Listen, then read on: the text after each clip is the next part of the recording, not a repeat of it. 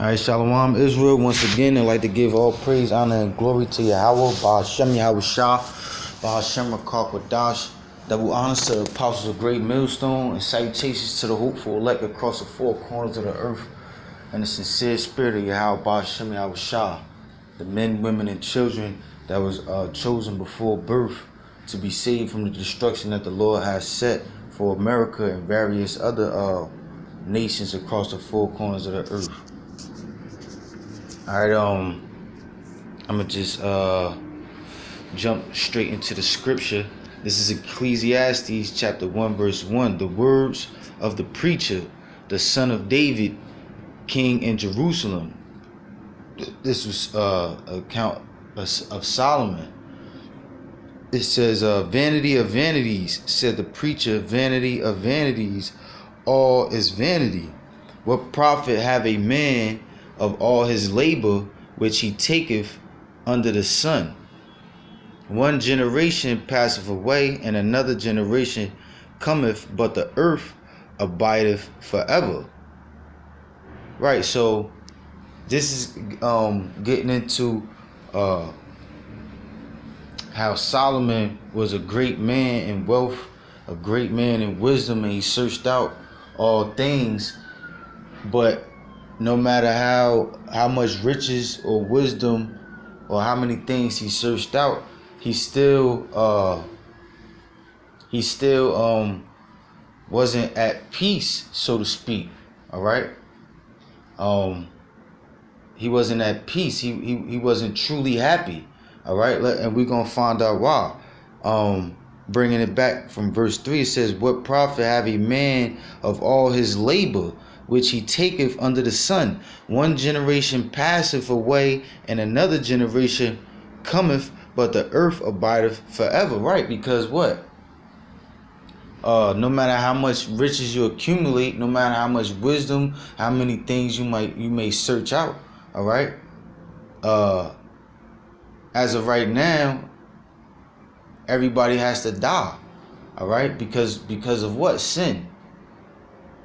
The wages of sin is death. That's the reason why we have to die until the Lord makes his second return and brings salvation for the elect of Israel, and we're given those new bodies that are going to be incapable of sinning until that happens, until the new covenant is established, all right, with the nation of Israel, beginning with the elect. All men on the face of the earth has to die, has to face death, has to face the consequences of sin, which is death. All right. So, but what? So, but all the things that you accumulate in earth are gonna, when you die, all the things that you accumulate in earth, all your wisdom, all your memories, they are all going to stay here. All right. You can't take any of your riches with you. All right. One generation passeth away, and another generation cometh, but the earth abideth forever. So when he says, what profit have a man of all his labors, he was basically saying, that's why he said vanity of vanities, which means nothing. Out of everything that he experienced, out of all the riches that he accumulated, he looked at everything as it meant nothing, man. Because what? He knew that one day he would have to face death. All right. So you could read this for yourself. I'm just going to touch on a couple parts. I'm going to read on verse 5. The sun also ariseth, and the sun goeth down, and hasteth to his place where he arose. Right. So this is starting to get into how basically after we die, what they say, time don't wait for nobody. The earth's still spinning. The earth isn't going to die off. The earth lives forever, and the earth keeps spinning. Things in the earth stay in rotation. All right. The sun rise, the sun fall. All right. You have your days keep going, man. I'm gonna jump down to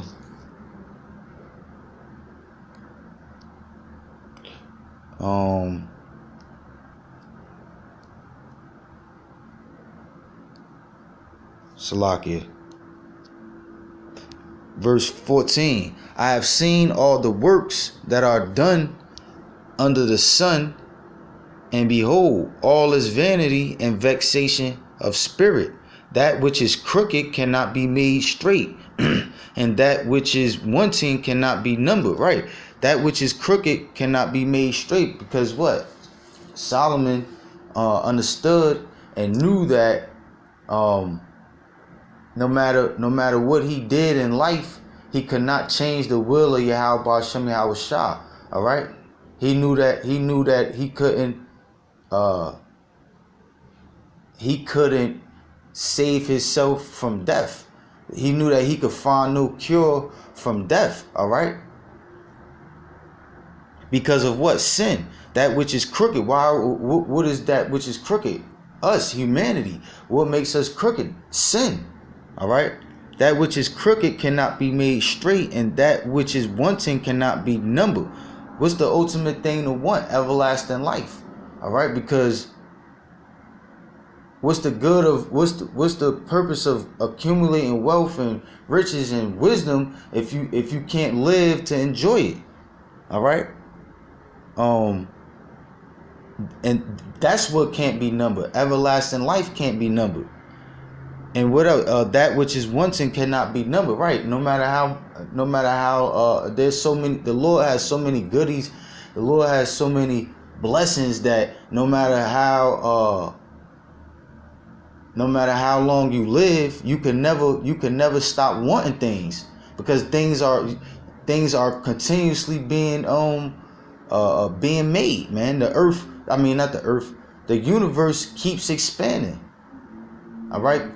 Planets keep being made. All right. Different animals, different foods. All right.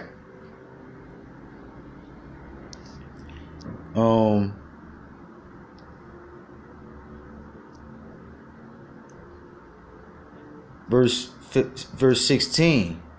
I communed with my own heart, saying, lo, I am come to great estate, and have gotten more wisdom than all they that have been before me in Jerusalem. Yea, my heart had great experience of wisdom and knowledge. And I gave my heart to know wisdom and to know madness and folly. I perceive that this also is vexation of spirit, for in much wisdom is much grief, and he that increaseth knowledge increaseth sorrow. Because what? The more you know, the more you understand how things is fucked up, man. The more you understand that the Lord has a will, and until certain prophecies are fulfilled, you can't change his will. All right.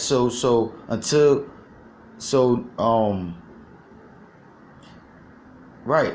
You understand that until Yahweh Shah makes his second return. First of all, Yahweh Shah had to come on the scene and die for the sins of our people in order for the process of sin to be taken away from our nation was to begin. All right. And then what?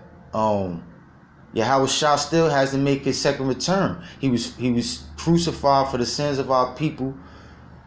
He was resurrected, and now we waiting for him to make his second return to establish the kingdom. And part of the kingdom being established is the new covenant being established with our people. All right. But until these things come to pass, you can't escape death. You can't truly enjoy life. Life truly hasn't started yet until the kingdom is established. Until Yahweh Shah bust the clouds with the innumerable number of chariots and establish the kingdom. So no matter how much, so the more you increase in knowledge, the more you understand how fucked up shit is.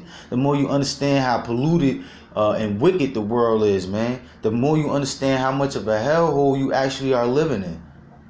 The more you understand how much the devil fucking has us and has us how much the devil is oppressing us, how much the devil got his foot up our asses, man. Which is the so-called white man.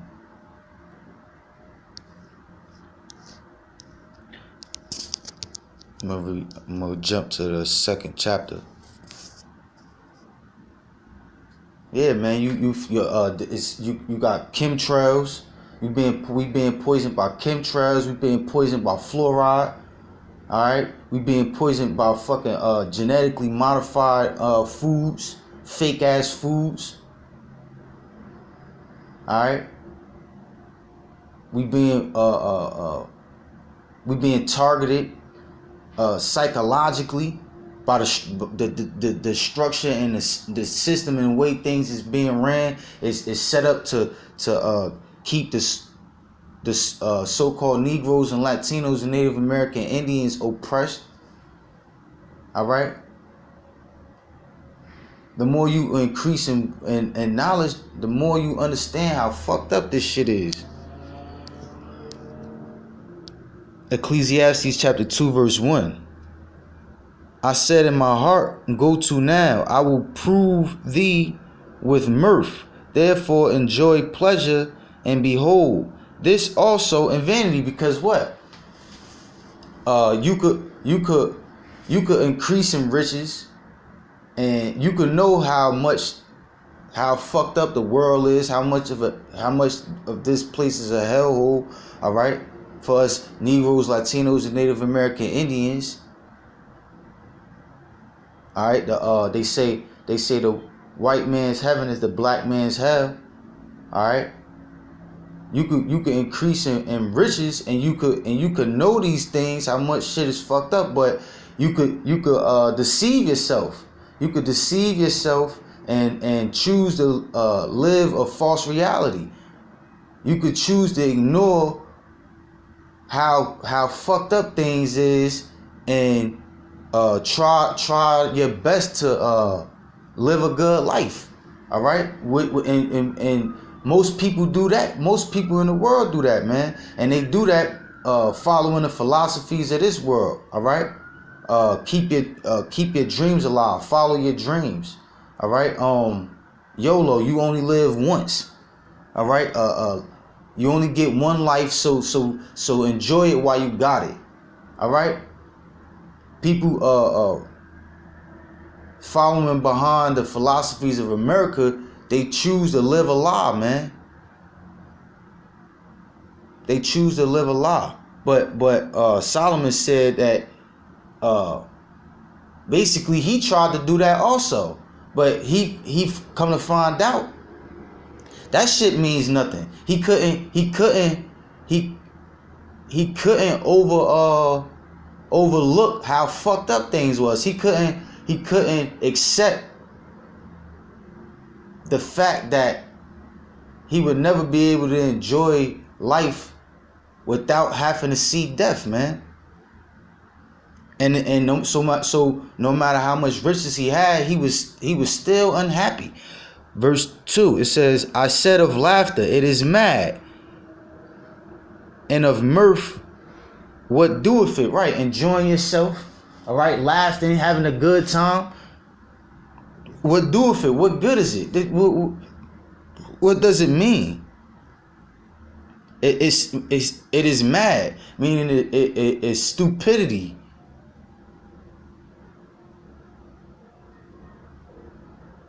It's insanity. It's insanity to think that to try to force yourself to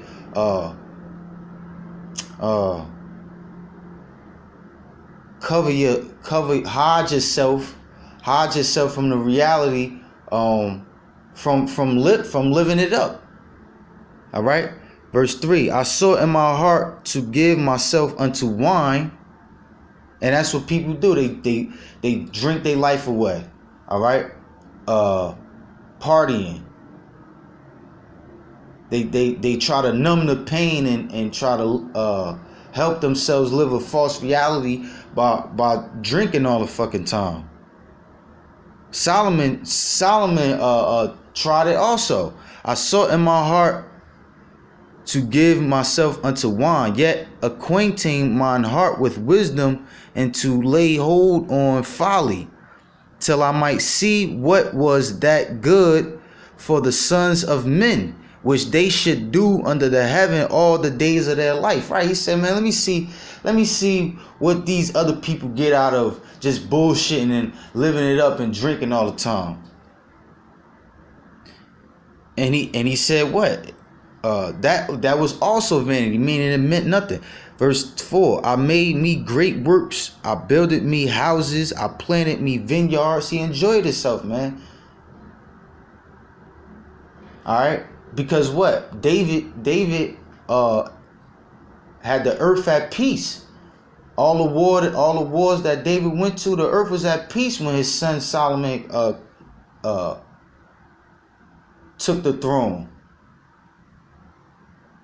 All right. So that's all Solomon did was enjoy himself, live it up. Verse 5, I made me gardens and orchards, and I planted trees in them of all kind of fruits. I made me pools of water to water therewith the wood that bringeth forth trees. I got me servants and maidens. Hey, you ain't living. You ain't living until you got servants, until you got slaves, until you got women bound down at your feet and wanting to do, waiting for your every command.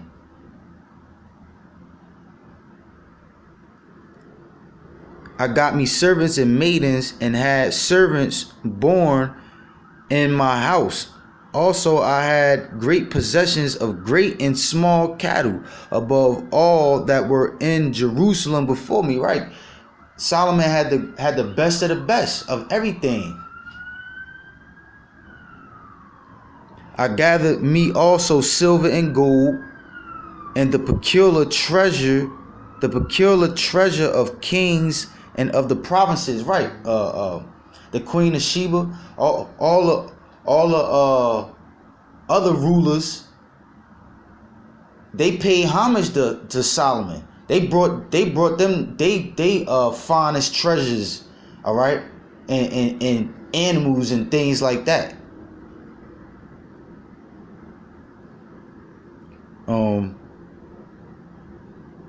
I gathered me also silver and gold, and the peculiar treasure of kings and of the provinces.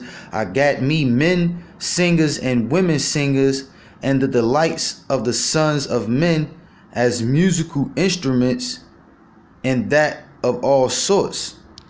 So I was great and increased more than all that were before me in Jerusalem. Also my wisdom remained with me.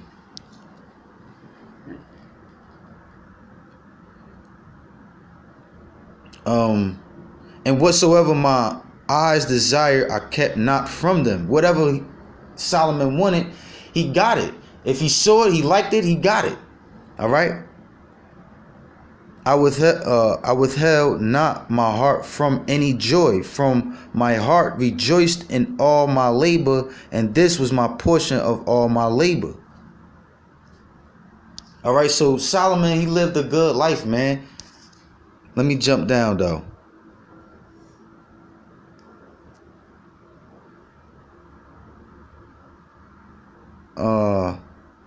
Verse 14. The wise man's eyes are in his head, but the fool walketh in darkness. So now he comparing himself with a fool. All right, he trying to figure out what's the difference between him and a fool, man. He's considering these things. It says, and I myself perceive also that one event happeneth to them all. So he came to the conclusion that, look, man, like, yo, no matter whether you wise or you a fool, no matter how you live your life, everybody has to die. So since everybody has a day where they have to die,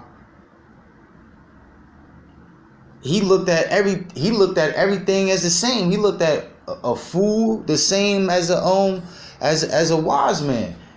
All right. because really that's what it is, man. That's what the kingdom is about. Everlasting life. All right, everlasting happiness. Part of everlasting happiness is not having to die. So Solomon felt, even though he knew there was, even though he knew it was greater to be wise than to be a fool, he was in a state of depression, so to speak, because of death, and that shit is depressing, man. Knowing that you have to die, that's why we hope for the kingdom, man. Because without the kingdom, without everlasting life, life ain't shit, man. Life is only temporary.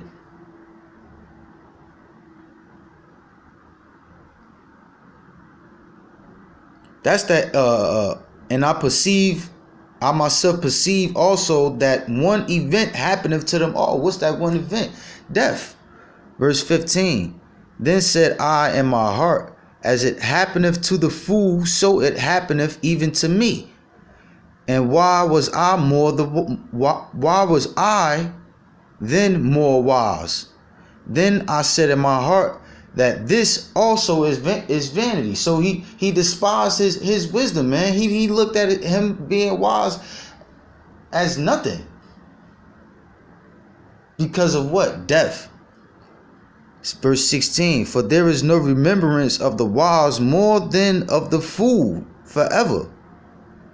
Seeing that which now is in the days to come shall all be forgotten. And how dieth the wise man as the fool. Right, so that's basically it, man. That's basically it. Let me see if I wanted to grab anything else. Therefore I hated life, because the work that is wrought under the sun is grievous unto me, for all is vanity and vexation of spirit. Everything. That's what it is, man. And like I said, that's why we hope for the kingdom, man. So that we can be exempt from death. Hey, what's that? Proverbs 11:4, if I'm not mistaken. Riches profit not in a day of wrath. So 2/3 of our people, man, they chasing this American dream. They trying to live it up, man. That shit means nothing, man. That shit it means nothing. The only thing that means something is this truth. Fighting to be one of them first fruits in the kingdom, man, so that you won't have to see death. All right. Hey, and what Solomon was reincarnated. No, Yahweh Shah was Solomon reincarnated. All right, so that's why Yahweh Shah lived his life. That's why Yahweh Shah was able to live his life how he was able to live it, because what he knew that he already lived it up. He already experienced what it meant to live it up, man. To be in good case, as far as riches, as far as wisdom. All right, he knew that in his past life he didn't have a want for anything. All right, but he knew that until death could be taken out of until man could achieve everlasting life, that life really didn't mean anything, man. That's why he didn't care about having. That's why he didn't have a woman. He didn't care about having a woman, because he knew that he had to die for our people's sins in order for death to be taken away out of the earth for our people. He didn't want to have to die, but he knew that had to be done in order for any of our people, any of the Israelites, you so-called Negroes, Latinos, and Native American Indians, to truly live, man. Because life is nothing without everlasting life. So let me see.